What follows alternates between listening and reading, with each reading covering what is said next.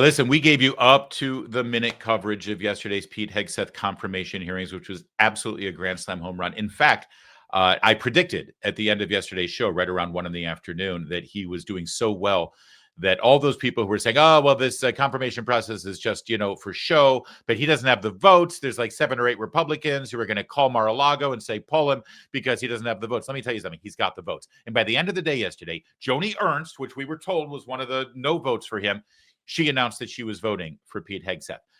Lindsey Graham of South Carolina, we were also told, oh, he doesn't have Lindsey Graham support. Lindsey Graham announced that he was voting for Pete Hegseth. I think every Republican, maybe not Mitch McConnell, maybe not Susan Collins, let's see, but he's got the votes. In fact, I think John Fetterman will cross the aisle and vote for Pete Hegseth when it comes down to it. The vote is scheduled for Monday, same day as the inauguration day, so we'll see how that goes. But it was a great day. Pete Hegseth did a great job. And one thing was sure, he has established himself not as the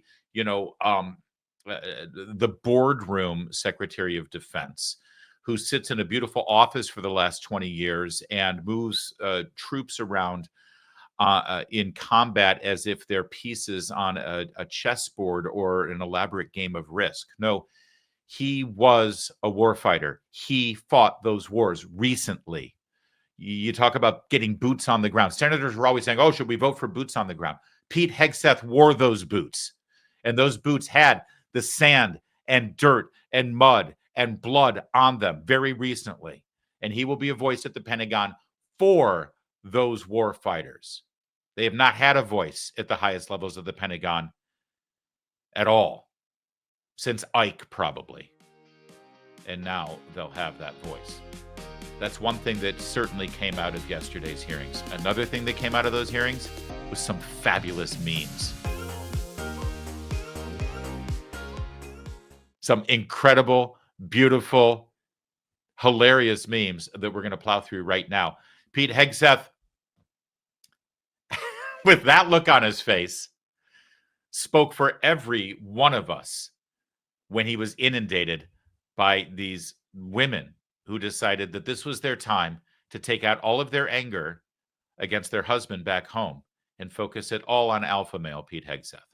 Yes, are you willing to support our veterans organizations that will help our veterans get every damn thing that they deserve because they signed on the dotted line? Good Lord, that is art. It is absolute art, and it summarizes the entire day yesterday, except Mazie Hirono isn't part of this. That's the only problem. I want to give kudos to David Santa Carla. He's the genius who put this super edit together before the, I think this was by 3 o'clock in the afternoon when it was already sure exactly how the day was going. What were the Democrats thinking? This was all strategy, by the way. They figure out who's going to take the lead on certain topics and certain issues. And for some reason, they decided that they really wanted to have the female senators not only to be the tip of the spear against Pete Hegseth, and I guess they wanted to do that because there's some charges anonymously of his misogyny or maybe of these allegations of behaving badly to women. But although I won't even say what they were because no one put a name to them, so why should we peddle in anonymous reports as well? So they decided that women would be more effective against Pete Hegseth, but they were so shrill and so bamboo shoots under the fingernails that they ended up hurting their own cause. I don't think Democrats want this to be their image.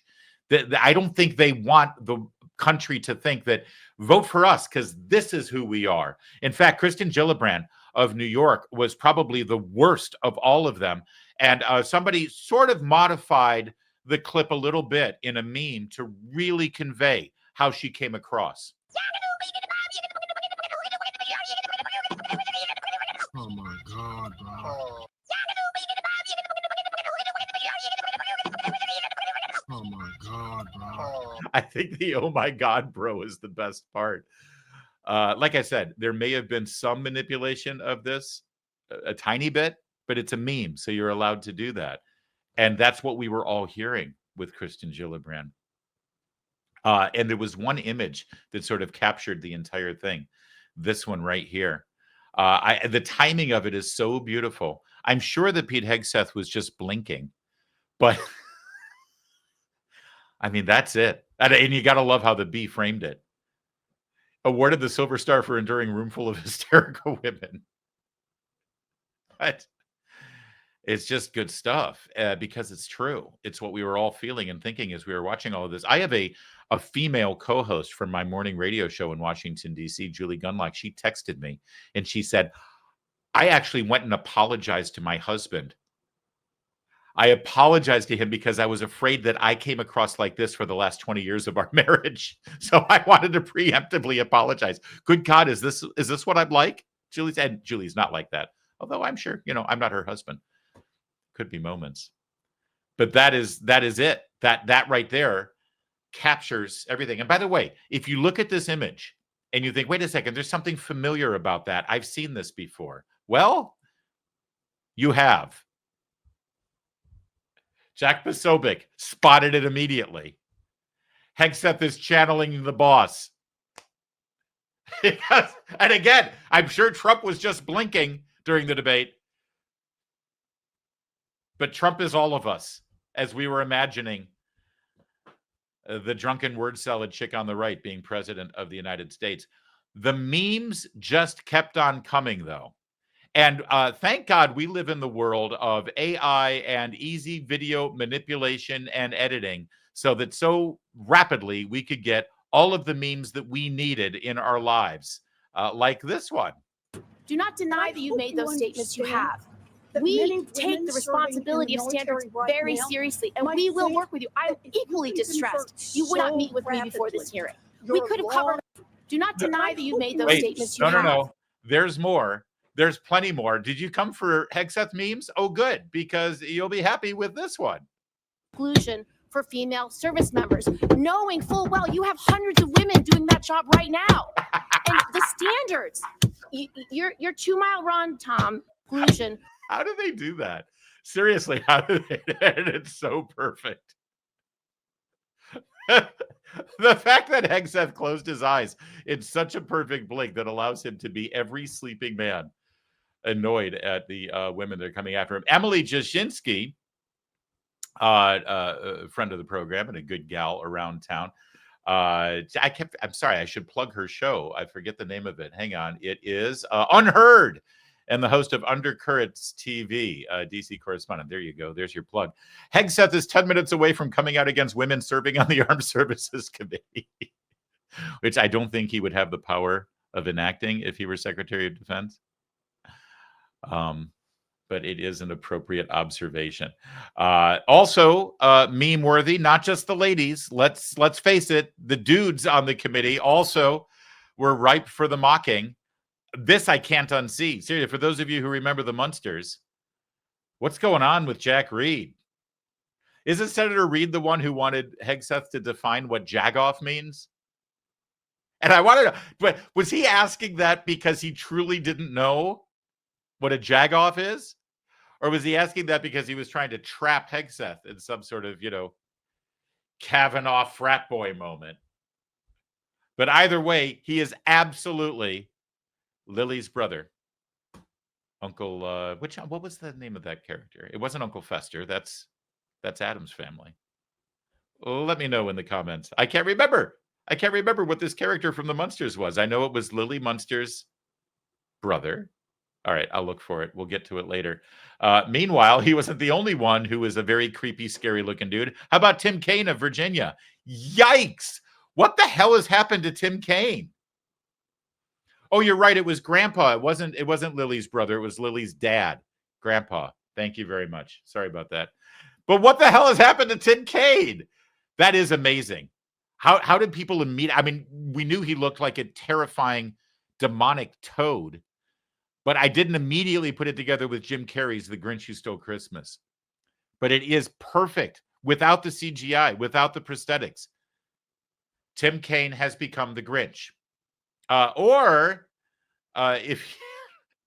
If you want to get a little bit more sophisticated with the AI computer graphics, here's a better look at Tim Kaine yesterday during the hearing. Did you ever engage in any acts of physical violence against any of your wives? Senator, absolutely not. Did you ever engage in any acts of physical violence against any of your wives? Senator, absolutely.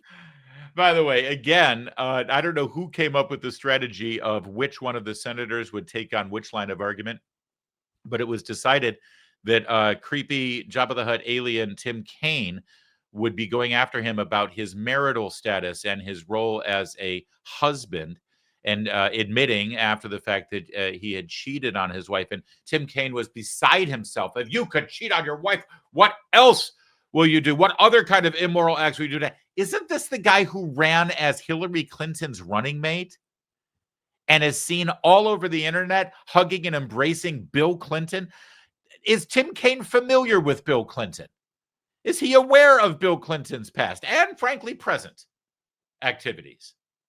And Tim Kaine's the guy who's going to take the moral high ground on somebody's fidelity with his wife?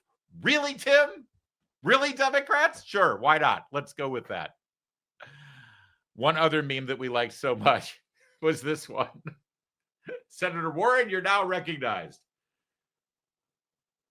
And that's all of us having to remove our earphones, or maybe just bringing the volume down the entire way. Actually, this was expanded beyond just Senator Warren to Reed and Shaheen and Gillibrand and Blumenthal and Hirono and Kane and Kagan, Peters and Duckworth and Rosen and Kelly and Slotkin. That's what we're all doing at that moment. Thanks, all you meme creators. I'm sorry we couldn't name all of you, but you were all amazing, and we appreciate you entertaining us and amusing us all day yesterday. Yeah, Hegseth is going to be just fine. We're going to be just fine, starting at noon on Monday, January 20th. We appreciate the folks at Birch Gold, because increased tariffs on our trade partners is a very real thing. Trump just announced this external revenue service idea yesterday. The tariffs are coming, plus tax cuts. Johnson's going to try to champion solidifying the tax cuts, the Trump tax cuts, which are supposed to sunset at the end of this year.